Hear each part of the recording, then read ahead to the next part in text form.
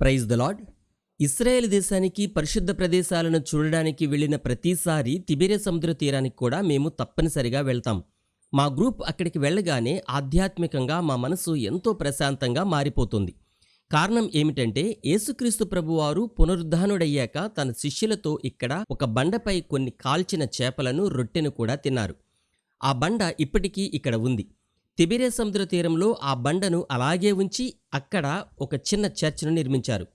Holi land టూర్కి వచ్చిన ప్రతి గ్రూప్ తప్పనిసరిగా ఇక్కడికి వచ్చి ఈ చర్చ్ను సందర్శించి దేవునిని ప్రార్థిస్తారు. యేసుక్రీస్తు ప్రభువారు భోజనం చేసిన ఆ బండను తాకి ప్రార్థన చేసుకోవడం మనకు చాలా గొప్ప మధురమైన అనుభూతిని కలిగిస్తుంది. అంతేకాకుండా ఈ తిబెరే సముద్ర తీరంలో మేము టూర్కి వచ్చిన ప్రతిసారి కాసేపు గడుపుతాం. ఇక్కడి నుండే మేము ఈ గలిలయ సముద్రపు నీళ్లను కూడా బాటిల్లో తెచ్చుకుంటాం. రండి ఇప్పుడు ఆ ప్రదేశానికి వెళ్దాం.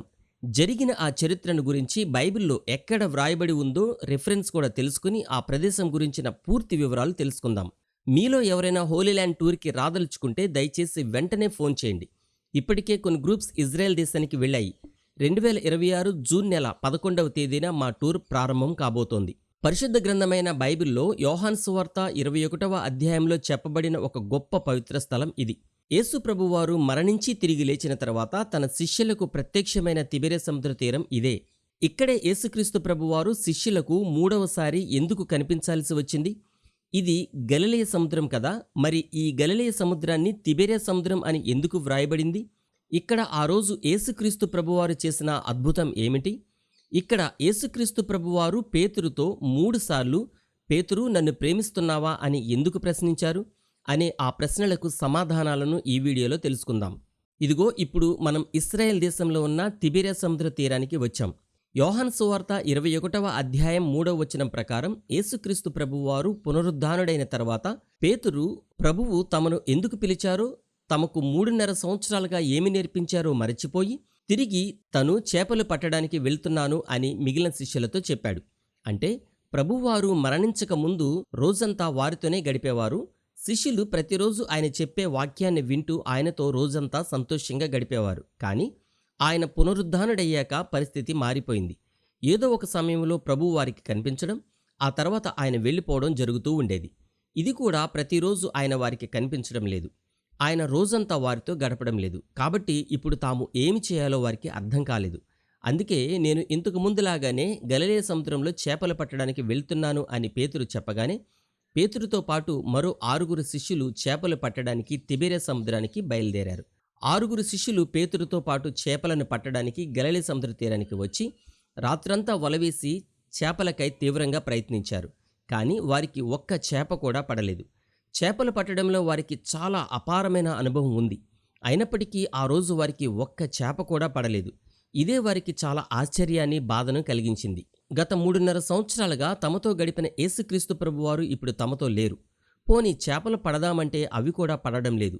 ఇప్పుడు ఏం చేయాలో వారికి అర్థం కాక బాధపడుతూ ఉండగా ఆ తెల్లవారే సమయంలో తిబెరే సముద్ర తీరంలో ఒడ్డున ఒక బండపై ఓ వ్యక్తి నిలబడి వారిని చూస్తూ, పిల్లలారా, భోజనంనకు మీ వద్ద ఏమైనా ఉన్నదా అని ప్రశ్నించారు.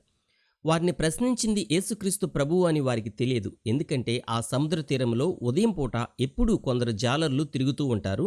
కాబట్టి అప్పుడు అక్కడ నిలబడి ప్రశ్నించింది ఎవరో ఒక జాలరి అయి ఉంటారు అని శిష్యులు భావించారు. కాబట్టి భోజనానికి మా వద్ద ఏమీ లేవు అని వారు ఆయనతో చెప్పారు. ఇప్పుడు మీ కుడి ప్రక్కన వలవేయండి, మీకు చేపలు పడతాయి అని ఆయన వారితో చెప్పగానే ఆయన మాట విని వారు పడవకు కుడి ప్రక్కన వలవేశారు. రాత్రంతా వలవేసిన ఒక్క చేప కూడా పడని వారికి ఆయన మాట విని వలవేయగానే వల పిగిలిపోయేంత బరువైన చేపలు వలలో పడ్డాయి.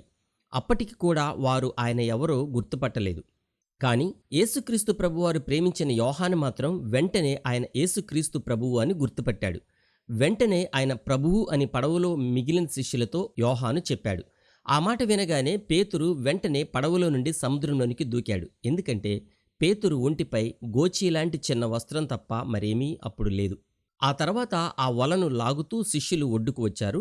అప్పటికే ప్రభువు అక్కడ కనిపిస్తున్న ఈ కొండరాయిపై నిలబడి ఉన్నారు. వారు ఇక్కడికి వచ్చేప్పటికీ నిప్పులు, కాల్చిన కొన్ని చేపలు, రొట్టె ఇక్కడ ఉన్నాయి. ప్రభువు వారితో, ఇప్పుడు మీరు పట్టిన చేపలను కొన్ని ఇక్కడికి తీసుకొని రండి అని అన్నారు. ఆ రోజు వారి వలలో పడిన చేపలను లెక్కపెట్టినప్పుడు ఆ వలలో 153 పెద్ద చేపలు పడ్డాయి. ఆ చేపలను చూడగానే శిష్యులంతా ఆశ్చర్యపోయారు. ఎందుకంటే రాత్రంతా వల వేస్తే ఒక్క చిన్న చేప కూడా వలలో పడలేదు. కానీ ఆయన ఒక్క మాట చెప్పగానే 153 పెద్ద చేపలు వలలో పడ్డాయి. అయినా కూడా ఆ వల చిరిగిపోలేదు. ఆయన యేసుక్రీస్తు ప్రభువు అని అప్పటికే వారికి అర్థమైంది. కాబట్టి నీవు ఎవరవు అని ఆయనను వారు అడగలేదు. పునరుద్ధానుడయ్యాక యేసుక్రీస్తు ప్రభువారు శిష్యులకు కనబడడం ఇది 3వసారి. అప్పుడు ఆయన కాల్చిన చేపలను రొట్టెను వారికి పంచి ఇచ్చారు. ఈ గలిలయ సముద్రంలో ఉన్నది ఉప్పునీరా మంచినీరా? కామెంట్లో తెలియచేయండి. ఇంతకు ముందు మనం అనుకున్న మొదటి ప్రశ్నకు సమాధానం ఇప్పుడు తెలుసుకుందాం. యేసుక్రీస్తు ప్రభువారు శిష్యులకు ఇక్కడే ఎందుకు కనిపించారంటే, వారు యేసుక్రీస్తు ప్రభువారితో 3.5 సంవత్సరాలు జీవించి ఆయన చెప్పే వాక్యాన్ని విని ఆయన చెప్పిన పని చేయకుండా తిరిగి తమ పాత జీవితాన్ని అంటే చేపలను పట్టడానికి ఇక్కడికి వచ్చారు. అంటే చేయవలసిన గొప్ప పని విడిచిపెట్టి తిరిగి చేపలను పట్టడానికి తిబెరియ సముద్ర తీరానికి ఇక్కడికి వచ్చారు. కాబట్టి ప్రభువు వారు ఏ పని చేయవలసి ఉందో, వారు ఏ పని కోసం నియమించబడ్డారో వారికి చెప్పడానికి మరలా ఆయన ఇక్కడే వారికి ప్రత్యక్షం అవ్వవలసి వచ్చింది. యేసుక్రీస్తు ప్రభువారు వారికి ఇక్కడ కనిపించిన తర్వాత వారు ఎంత గొప్ప సువార్త పరిచర్య చేస్తారో మనందరికీ తెలిసిందే. ఇది గలిలయ సముద్రం కదా, కానీ దీన్ని తిబెరియ సముద్రం అని బైబిల్లో ఎందుకు వ్రాయబడింది అంటే, నిజానికి ఇది గలిలయ సముద్రమే, కానీ ఇది తిబెరియ అనే పట్టణ తీరంలో ఉంది కాబట్టి ఈ సముద్రాన్ని తిబెరియ సముద్రం అని కూడా అంటారు. ఈ ప్రక్కనే ఉన్న తిబెరియ పట్టణం అప్పట్లో హేరోదు రాజు నిర్మించాడు. ఇంతకు ఇది గలిలయ సముద్రమా తిబెరియ సముద్రమా? నిజానికి ఇది సముద్రమే కాదు, మంచినీటి సరస్సు మాత్రమే. దీనికి సముద్రపు లక్షణాలు ఉండడం వల్ల దీన్ని సముద్రం అని పిలుస్తారు.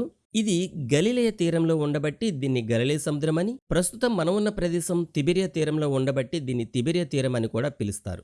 ఇక్కడ యేసుక్రీస్తు ప్రభువారు పేతురుతో 3 సార్లు పేతురు వీరికంటే నన్ను ఎక్కువగా ప్రేమిస్తున్నావా అని ఎందుకు ప్రశ్నించారంటే, ఆయనను పట్టుకున్న రాత్రి తెల్లవారుతుండగా యేసుక్రీస్తు ప్రభువారు ఎవరో నాకు తెలియదు అని పేతురు 3 సార్లు అబద్ధం చెప్పాడు. కాబట్టి పేతురు నువ్వు నన్ను ప్రేమిస్తున్నావా అని 3 సార్లు అడిగి అతను ప్రేమిస్తున్నాను అని చెప్పాక, నా గొర్రెలను కాయము, నా గొర్రెలను మేపుము అని ప్రభువు పేతురుకు బాధ్యతను అప్పగించింది ఇక్కడే.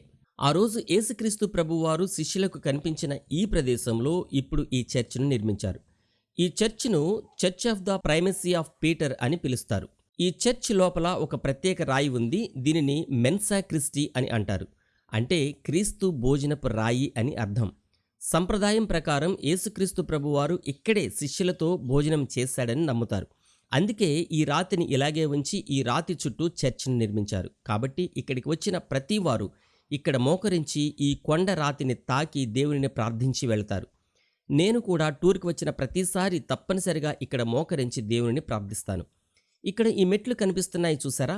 ఈ మెట్ల పైనుండి ఆ రోజు యేసుక్రీస్తు ప్రభువారు ఈ కొండపైకి ఎక్కారు. ఎందుకంటే యేసుక్రీస్తు ప్రభువారు ఇక్కడికి వచ్చిన ఆ రోజు ఈ కొండరాయి వరకు గలిలయ సముద్రపు నీరు ఉండేది.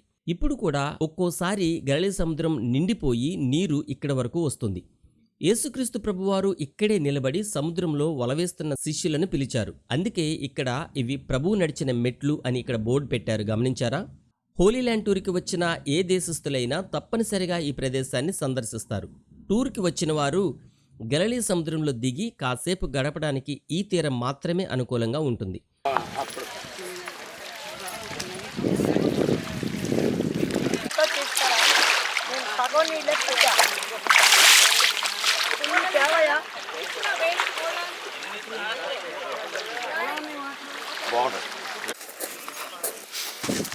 ఇప్పుడు వాటర్ బ్యాక్ వెళ్ళిందండి, అంటే ఎండాకాలం కాబట్టి బ్యాక్ వెళ్ళింది, కానీ యాక్చువల్లీ ఇక్కడ వరకు వచ్చాయి, పడవలు ఇక్కడ వరకు వచ్చారు.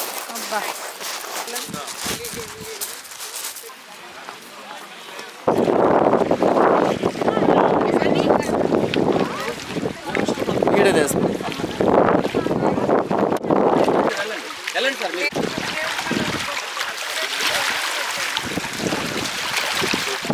టూర్కి వచ్చే వారిలో చాలామంది ఈ సముద్రపు నీటిని బాటిల్తో నింపుకొని వారి ఇంటికి తీసుకొని వెళ్తారు. కొందరు ఈ సముద్రపు చిన్న చిన్న రాళ్లను కూడా వారితో తీసుకొని వెళ్తారు. ఇక్కడి నుండి చూస్తే ఈ సముద్రం ఎంతో అందంగా అద్భుతంగా కనిపిస్తుంది. ఈ సముద్రంలో నీరు కూడా చాలా స్పష్టంగా కనబడుతుంది. ఈ సముద్రంలో ఉన్న చిన్న చిన్న చేపలు కూడా చాలా స్పష్టంగా కనబడుతున్నాయి. గమనించారా? ఈ ప్రదేశానికి ఉన్న ప్రాముఖ్యత ఏమిటో మా గ్రూప్ సభ్యులకు వివరించి మేమందరం ఇక్కడ దేవుని ప్రార్థించి ఇక్కడి నుండి తిరిగి మా బస్సులోనికి వెళ్ళిపోయాం. 2026 జూన్ నెల 11వ తేదీన ఉన్న హోలీల్యాండ్ టూర్లో మీరు కూడా ఈ ప్రదేశాలన్నీ స్వయంగా చూడాలనుకుంటే స్క్రీన్పై కనిపిస్తున్న మా నెంబర్లకు వెంటనే ఫోన్ చేసి మీ టికెట్ ఇప్పుడే బుక్ చేసుకోండి. ఇప్పటికే కొన్ని గ్రూప్స్ అక్కడ ఉన్నాయి. ఒకవేళ యుద్ధం జరుగుతూ ఉంటే ఇజ్రాయెల్ దేశం ఎవ్వరికీ వీసా ఇవ్వదు. ఇస్రాయెల్ దేశం మనకు వీసా ఇచ్చింది అంటే మనం టూర్కి రావచ్చు అని అర్థం. కాబట్టి ఈ విషయాన్ని గమనించండి. ఈ వీడియో మీకు నచ్చితే ఒక లైక్ చేయండి. అలాగే ఈ వీడియోను కనీసం కొందరికైనా షేర్ చేయండి. ఇలాంటి మరెన్నో వీడియోలు మీకు చూపించేలాగున దయచేసి మా కుటుంబం కోసం ప్రార్థించండి. మరో వీడియోతో మళ్ళీ కలుద్దాం. Praise the lord. మీ బ్రదర్ బెన్హర్ బాబు.